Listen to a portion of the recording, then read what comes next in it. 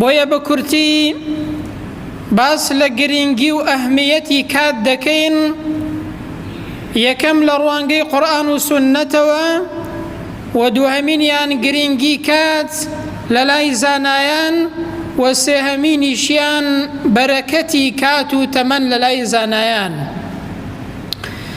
یەکەم لە قورئان و سوننەتدا زۆر باسی گرنگی کات کراوە.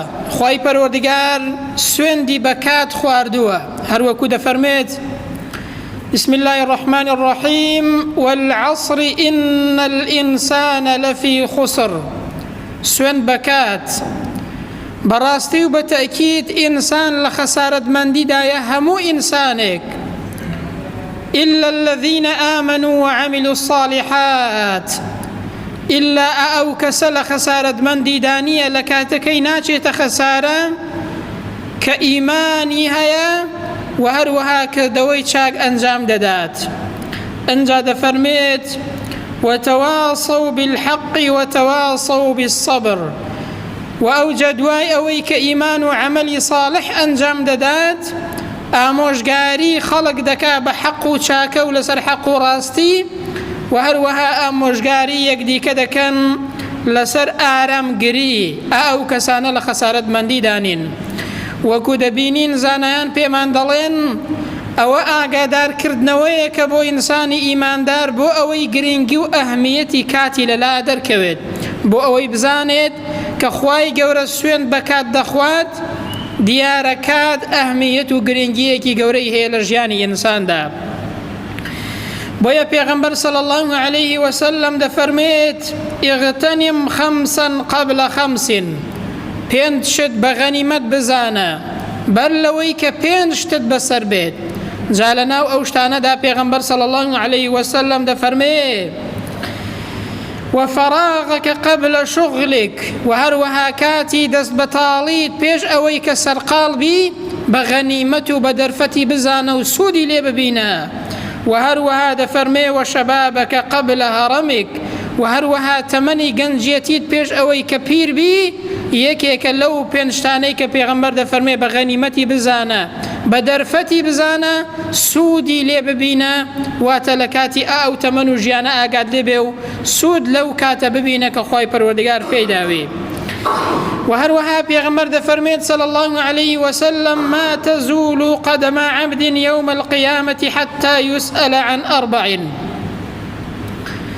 ئینسان لە ڕۆژی قیامەتدا یەک پێیەک هەنگاو ناڕوات و ناچێتە پێشەوە هەتا وەکو پرسیاری لە چوار شت لێ نەکرێت. ئەو چوارە هەر چواری بۆ ئێمەیە بەڕێزان.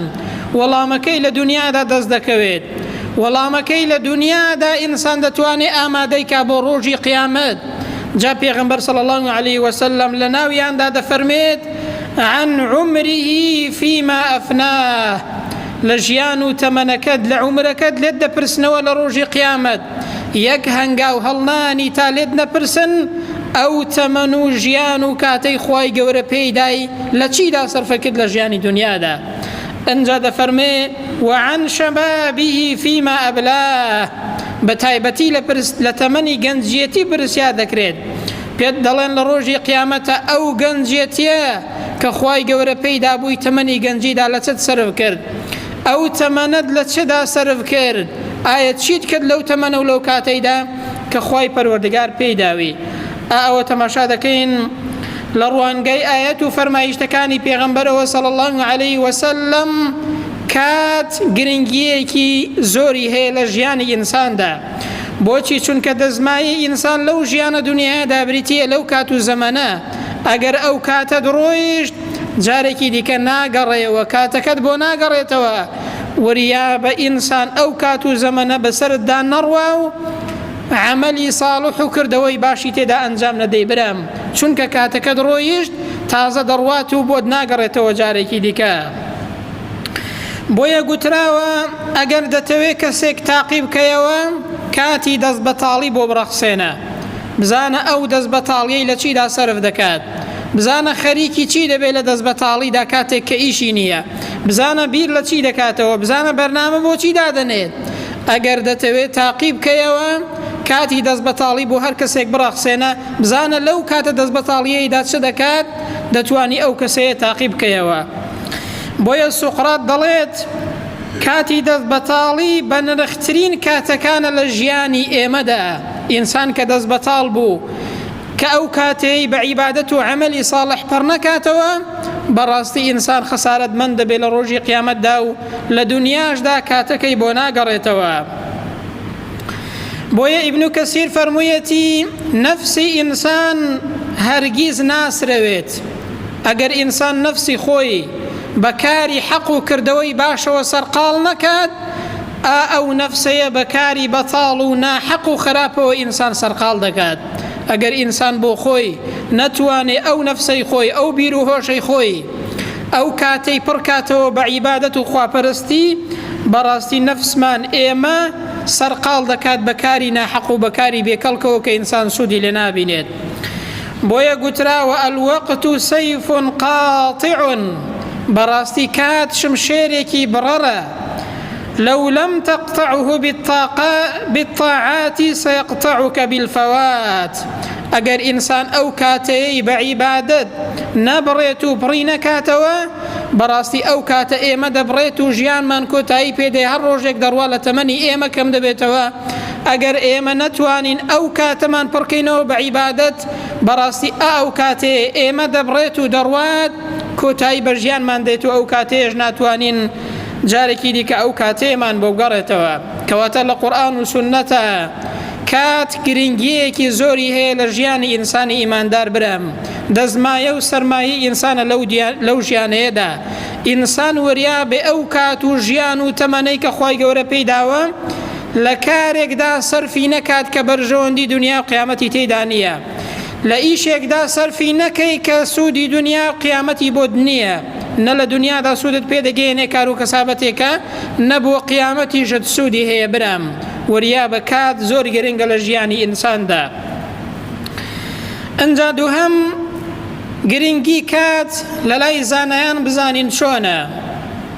ئیبن مەسعود ڕەزا و ڕەحمەتی خوای لێ بێت دەفەرمێ لە هیچ شتێک پەشیمان نیم ئەوەندەی کە لەوە پەشیمانم ڕۆژ ئاوا دەبێت لە تەمەنمدا لە ژیانمدا کەم دەبێتەوە کەچی هیچ کردەوەیەکی چاکەم تێیدا نەکردووە.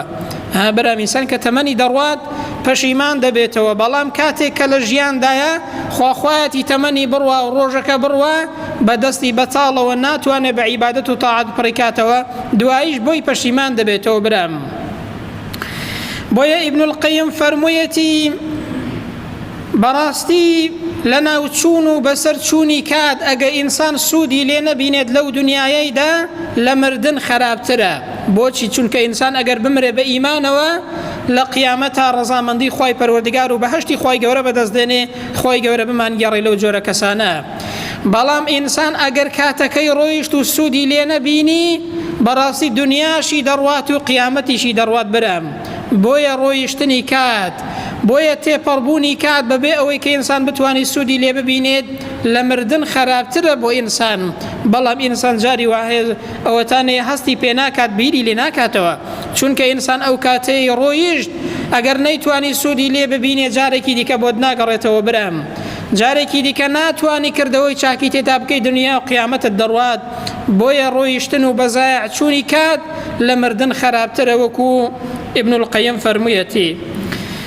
بۆیە حەسەن البەنا ڕەزا و ڕەحمەتی خوای لێ بێ فەرموویەتی هەر کەسێک ڕێز و بەهای کات بزانێت لە مانای ژیان تێدەگات.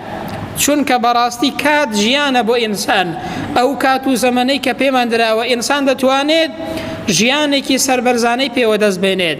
بەڵام ئینسان کە بە فیڕۆی بدات، ئینسان کە ئاگای لێ نەبێت، ئینسان کە بێ ئاگا بێت، ئینسان کە سەرخۆش و بێهۆش بێت و لە ڕووی جەنابتان بەڕاستی دنیاشی دەڕوات و قیامەتیشی دەڕوات. هەر ئەوەندە دەزانێ مردووە و دواییش هیچ شتێک دادی نادا و کاتەکەشی بۆ ناگەڕێتەوە. ئیبن عەقیل کە یەکێکە لە زانایان دەفەرمێت ئەمن هیچ کات ژمێرێک لە تەمەنمدا بە فیڕۆم نەداوە. لە ساتەکانی ژیانمدا تەنانەت کات ژمێرێکیشم بە فیڕۆ نەداوە.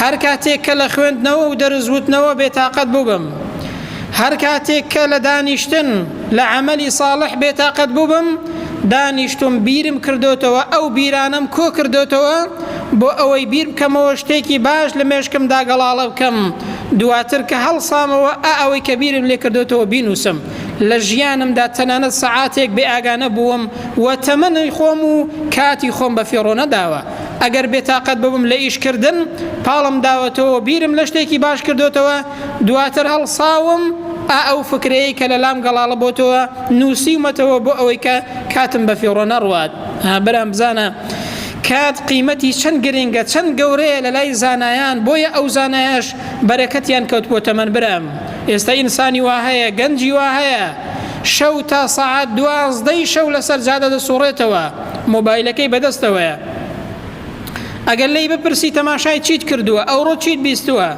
ئەگەر لێی بپرسی ئەو زەمن و کاتەی کە ڕۆیش لە چیتدا سەرف کرد ئەگەر پێی بڵێیت چیت کردووە لەو کات و زەمەنەیدا تەنانەت دووشتی پێشک نایە کە لە تەمەنی خۆیدا باسی بکات تەمەنەکەی دەڕوات بێ ئاگایە دوایش ئەو تەمەنە بۆ ئینسان ناگەڕێتەوە برام بزانە لە لای زانایان کات چەند گرنگە بۆیە خۆی گەورەش بەرەکەتی خستۆتە تەمەن و ژیانی ئەو زانایانەوە بۆیە جەمالەددینی قاسمی دەڵێت خۆزگە کات بەکڕین باە بفرۆشرایە بۆ ئەوەی ئەمن ئەو کاتەم بکڕایە چونکە گەورەترین سەرمایە بریتیە لە کات بریتیە لە زەمن برام کە بە ئینسان دراوە بەڵام جاری وهەیە ئینسان لی بێ ئاگایە بۆیە ئەبوبەکری کوڕی عەیاش دەڵێت بەڕاستی هەر یەکێک لە ئێوە ئەگەر درهەم و دینارێکی لێ بکەوێت لێی بزر بێت ئەو ڕۆژەیە دەڵێ ئەوەندە پارەیەم لێون بووە خەم و خەفەتی پێوە دەخوات بەڵام ئەگەر یەک ڕۆژ لە تەمەنی بڕوات هیچ سوودی لێ نەبینێت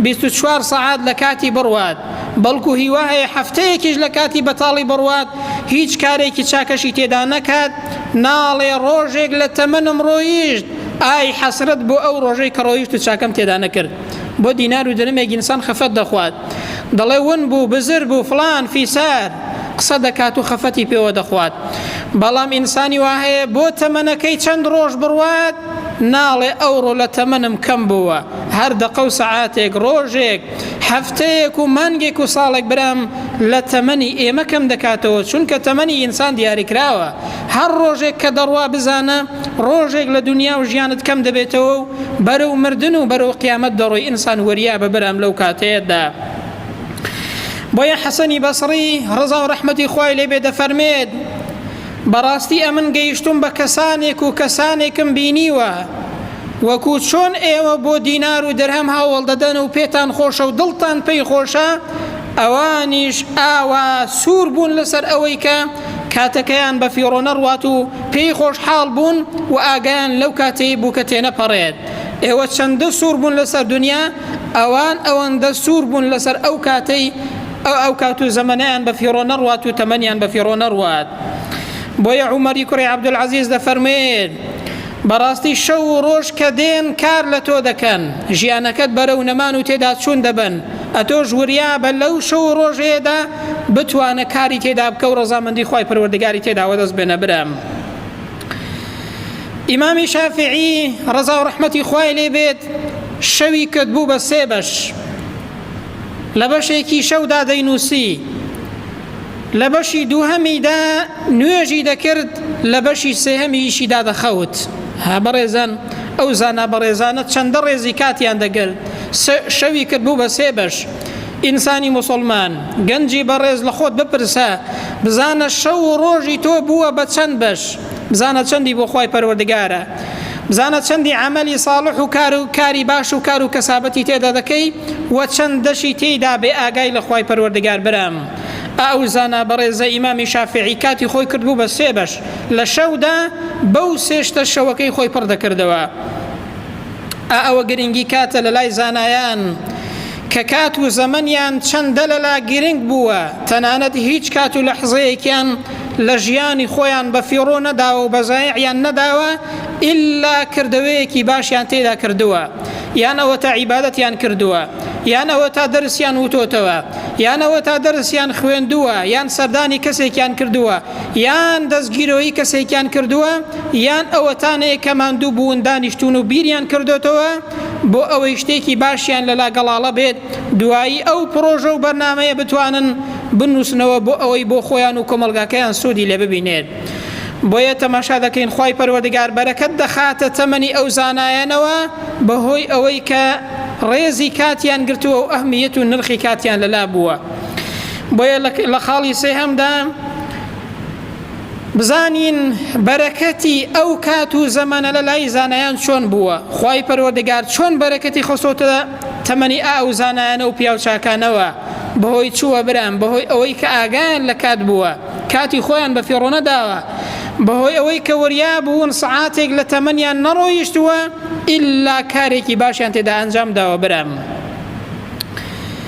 بۆیە بەرەکەتی تەمەن یعنی خوای پەروەردگار یارمەتیت دەدات، یعنی خوای پەروەردگار تەوفیقت دەدا بۆ ئەوەی کە ئەو کاتەی کە هەتە لە ڕەزامەندی خوای پەروەردگاردا سەرفیکەی، لە کاری بەسووددا بۆ دنیا و قیامەتت بەکاری بێنی، ئەوە بریتیە لە بەرەکەت لە کات و تەمەندا کە پەیدا دەبێت. محەممەدی کوڕی نەسڕ بۆمان دەگەڕێتەوە دەفەرمەی یەحیای کوڕی موعین کە یەکێکە لە زانا و پیاوچاکان ڕەزا و ڕەحمەتی خوای گەورە لە هەموو زانایان بێت، دەفەرمێ گوتوویەتی هەزار فەرمایشتم بە دەستەکانی خۆم نووسیوەتەوە، هەزار فەرمایشتی پێغەمبەر صلی الله عليه وسلم. ئەوە بەرەکەتی تەمەنە برام، یعنی 1 ملیۆن فەرمایشتی بەو دەستەی خۆی نووسیوەتەوە ئەو زانایە. ئەنجا دەفەرمێ هەر فەرمایشتێکیش 50,000 نووسیومەتەوە دووبارەم کردوتەوە. 1 ملیۆن فەرمایشت هەر یەکێکیشیان 50,000 دووبارە بکەیەوە بەو دەستەی خۆت بینیسی، ئەوە بریتیە لە بەرەکەتی تەمەن برام لە لای زانایان. خوای گەورە بۆیە بەرەکەتی خەسۆتە تەمەنی ئەو زانایانەوە چونکە نرخی کاتیان زانیوە برام، کاتی خۆیان بە فێڕۆ نەداوە. ئینسانی وا زانای وا هەبووە تەمەنی زۆر کەم بووە، بەڵام بەرهەمێکی زۆری لە دوای خۆ بەجێهێشتووە، خوای گەورە بەرەکەتی خەسۆتە تەمەنیەوە. دەفەرمێ ئیبن جەریری تەبەری بە قوتابیەکانی گوت ئەگەر حەستان لە خوێندنەوەی تەفسیر و لە نووسینەوەی تەفسیر بێ تەفسیرێک دەنووسم. گوتیان جا قوربان چەند لاپەڕ دەبێت، چەندە تەفسیرەکە؟ گوتی تەفسیرەکە پێک هاتووە لە 30,000 وەرەقە. گوتیان قوربان تەمەنی خۆمان سەر بکەین دەبڕێت و ناتوانین هەمووی بخوێنینەوە. ئەنجا گوتی ئەگەر بۆ مێژوو چالاکیتان هەبێت و بتوانن بخوێنەوە بینووسن مێژوویەک دەنووسم لە ئادەمەوە هەتاوەکو سەردەمی خۆم. گوتیان قوربان ئەو چەند لاپەڕ دەبێت؟ گوتی ئەویش بە هەمان شێواز بریتی دەبێت لە 30,000 وەرەقە. گوتیان قوربان بەخوا بۆمان ناخوێندرێتەوە، ئەی ئەو زانایە دەبێت چۆن بتوانێت بینووسێت، بەڵام ئێمە پێمان ناخوێندرێتەوە برام ئەوڕۆ. بۆیە گوتی بەڕاستی هیممەتتان مردووە کە من بتوانم بینووسن بەڵام ئێوە نەتوانن بخوێننەوە. ئەوە بەرەکەتی تەمەنە برام، خوای گەورە بەرەکەت دەخاتە تەمەنت. خوای گەورە ئەو تەمەنە و ئەو کارانەی کە دەیکەی بۆت زیاد دەکات، بەرەکەتی دەخاتە ناو بە کاتێکی زۆر کەم کارێکی زۆر باش ئەنجام دەدەی. خوای گەورە ئەو ڕێزت لێ دەگرێت و بەرەکەت دەخاتە تەمەنتەوە. ئیبن الجەوزی کە یەکێکە لە زانایان دەفەرمێ بەو دەستانەی خۆم 2000 مجەڵەدم نووسیوە، 2000 مجەڵەد لە کتێب، بەو دەستانەی خۆم دەفەرمێ 2000 مجەڵەد لە کتێبم نووسیوە. ئەوە بەرەکەتی تەمەنە برام. هەموو هەفتەیەک ئیبن الجەوزی ختمێکی قورئانی دەکرد، هەموو هەفتەیەک ختمێکی قورئان، 2000 مجەڵەدی کتێب دەفەرمێ بەو دەستانەم نووسیوە. ئەوە هەر نووسینەکەی، ئەی کارە خێرەکانی، ئەی دەبێ خوێندنەوەکەی چەند بوو بێت، ئەی لە هەموو هەفتەیەکدا ختمێکی کردووە برام. بابیر لە خۆمان بکەینەوە، گەنجی بەڕێز مسلمان بزانە لە تەمەنتدا چی دەکەیت، بزانە تەمەنت چەندە پڕبەرەکەتە، بزانە چەندە کاری باش لە دوای خۆت بەجێ دێڵی، بزانە لە دوای خۆت کە بمری چی شتێک پێشکەشی کۆمەڵگاکەت دەکەی و لە دوای خۆت بەجێ دێڵی برام. ئەوە بیریتیە لە بەرەکەتی تەمەن. با گوێ لە بەسەر هاتی یەکێک لە هاوڵانی پێغەمبەری خوا بگرین صلی الله عليه وسلم، بزانین خوای گەورە لەو تەمەنە کورتەی کە پێیدا بوو چەندە تەمەنی پڕخێر و بەرەکەت دەکات. سەعدی کوڕی معاز ڕەزا و ڕەحمەتی خوای پەروەردگاری لێ بێت گەنجێک بوو، بەڵام ئینسانێکی زۆر خۆشەویست لە ناو قەومەکەیدا. دەفەرمێ هەموو تەمەنی بریتی بوو لە 37 ساڵ، هەموو تەمەنەکەی بریتی بوو لە 37 ساڵ.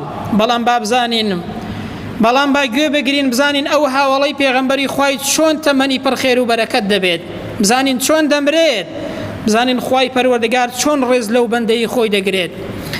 لەسەر دەستی موسعەبی کوڕی عومەیر مسلمان دەبێت، معازی کوڕی سعدی کوڕی معاز ڕەزا و ڕەحمەتی خوای گەورەی لێبێت. ئەنجا کاتێک کە مسلمان دەبێت دەچێتە ناو قەومەکەی خۆی، پێیان دەڵێت و بانگیان دەکا بۆ ئیسلامەتی، هەموویان لەسەر دەستی مسلمان دەبن.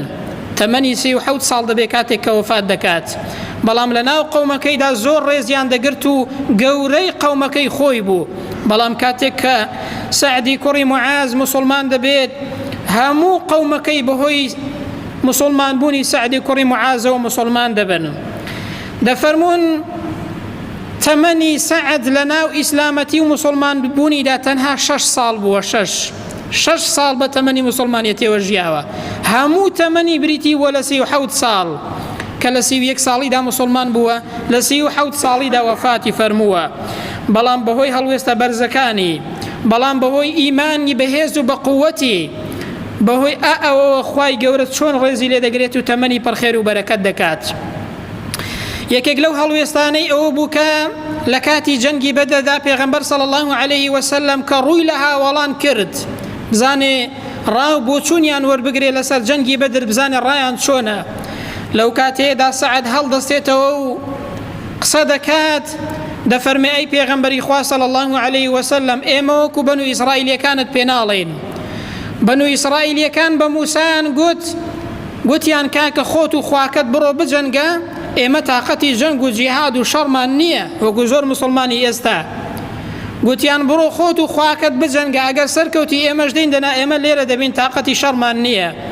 بەڵام سعد فەرمووی ئەی پێغەمبەری خوا، ئێمە وەکو هاوڵانی موسا بە تۆ ناڵێن، وەکو بەنو ئیسرائیلەکان بە تۆ ناڵێن، بەڵکو پێت دەڵێن ئەی پێغەمبەری خوا بڕۆ بۆ هەر شوێنێک دەچی، ئێمەش لەگەڵت داین و لە دواتەوە دێن.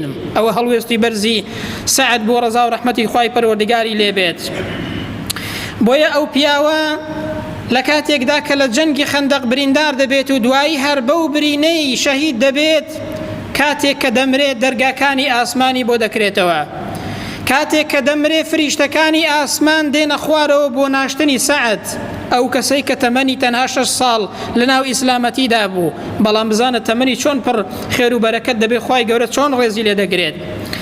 لە فەرمایشتی پێغەمبەر داهاتووە صلی الله عليه وسلم دەفەرمێت جوبرائیل هاتە خوارەوە بۆ لای پێغەمبەر صلی الله عليه وسلم، فەرمووی ئەی پێغەمبەری خوای بزانە کێ مردووە، ئەو شەو لە خۆشییان عەرشی خوای پەروەردگار لەرزیوە.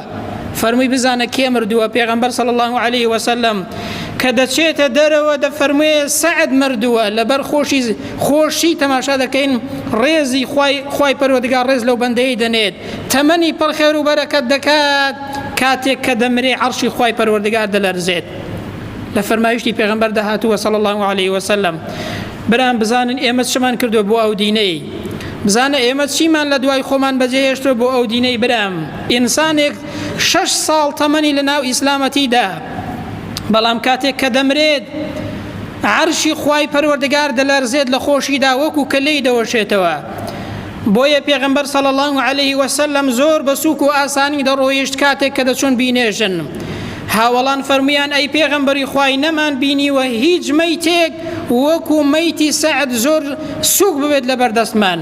پێغەمبەر فەرمووی صلی الله عليه وسلم مەلائیکەتانێک دابەزیون کە بۆ هیچ کەسێک دانەبەزیون سعدیان هەڵگرتووە. تەنانەت لە فەرمایشتی پێغەمبەر داهاتووە صلی الله عليه وسلم دەفەرمێ لە کاتی ناشتنی سعددا 7,000 مەلائیکەت هاتە خوارەوە بۆ بەشداریکردن لە ناشتنی ئەو سەحابە بەڕێزەدا. ئەوە بەرەکەتی تەمەنە برام، ئەوە حرمەت و ڕێزی خوای پەروەردگارە بۆ ئینسان.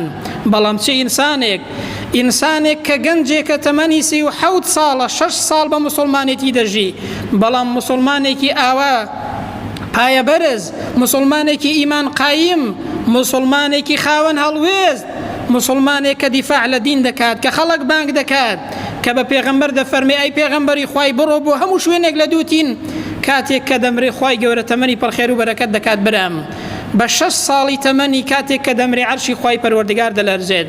ئەوە بریتە لە بەرەکەتی تەمەن برام دەی با ئێمەش لە خۆمان بپرسین دەی با ئێمەش بیر بکەینەوە برام ئەو کات و تەمەنەی کە پێمان دراوە ئەگەر بڕوات و تێپەڕێت جارێکی دیکە بۆ ئینسان ناگەڕێتەوە کات زۆر گرنگە ئەو ژیانە زۆر گرنگە برام با 1 سەعاتمان نەڕوات کارێکی باشی تێدا نەکەین